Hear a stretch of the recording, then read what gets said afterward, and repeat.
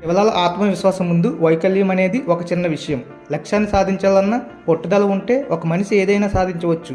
అదే విశ్వాసంతో శివలాల్ ఒక అడుగు ముందుకు వేసి వైకల్యంతో బాధపడే వారికి ఆదర్శంగా నిలిచారు. హైట్ తక్కువ ఉండటం కారణంగా అతను ఎన్నో సమస్యలు ఎదుర్కొన్నారు. కానీ ఒక యూట్యూబ్ వీడియో చూసి తన జీవితాన్నే మార్చేసుకున్నాడు.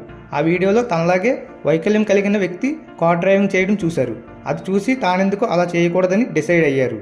వెంటనే యూఎస్ వెళ్లి సంబంధిత వ్యక్తిని కలిసి ఆ టెక్నాలజీ గురించి తెలుసుకున్నారు. ఆయనలాగానే డ్రైవింగ్ చేయాలి అనుకున్నారు. యుఎస్లోని వ్యక్తిని కలిసిన తర్వాత అతని జీవితం ఒక మలుపు తిరిగింది. హైదరాబాద్ ప్రగతి నగర్లో నివసిస్తున్న శివలాల్ ఒక మరుగుజ్జు. ఒక ప్రైవేట్ కంపెనీలో చార్టెడ్ అకౌంటెంట్గా పనిచేస్తున్నారు. అతని భార్య కూడా మరుగుజ్జి. వీరికి ఒక కొడుకు. శివలాల్ బయటకు వెళ్ళిన ప్రతిసారి పొట్టువాడు అంటూ కొందరు ఎగతాళి చేసేవారు. సమాజంలో కొందరు ఇలాంటి వాళ్ళని ఏదో ఒక వింత జీవిలాగా చూసేవాళ్ళు అంటున్నారు.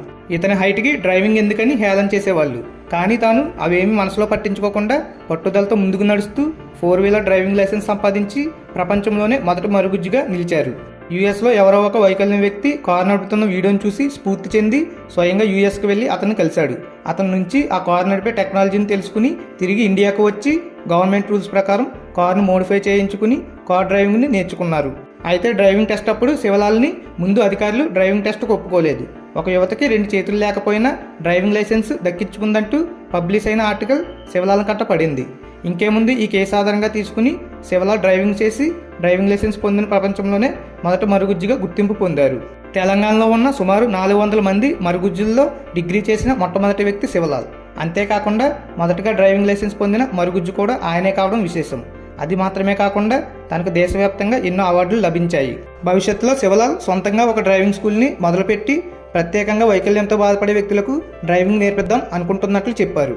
సో పొట్టిగా ఉన్నంత మాత్రాన ఏమీ సాధించలేము అనుకున్న వారికి శివలాల్ ఒక ఇన్స్పిరేషన్ అని చెప్పుకోవాలి. శివలాల్ తన ఆత్మవిశ్వాసంతో డ్రైవింగ్ చేసి డ్రైవింగ్ లైసెన్స్ని సాధించి ఒక డ్రైవింగ్ స్కూల్ను నడుపుతున్నాడు. శివలాల్ సార్, మీరు గ్రేట్.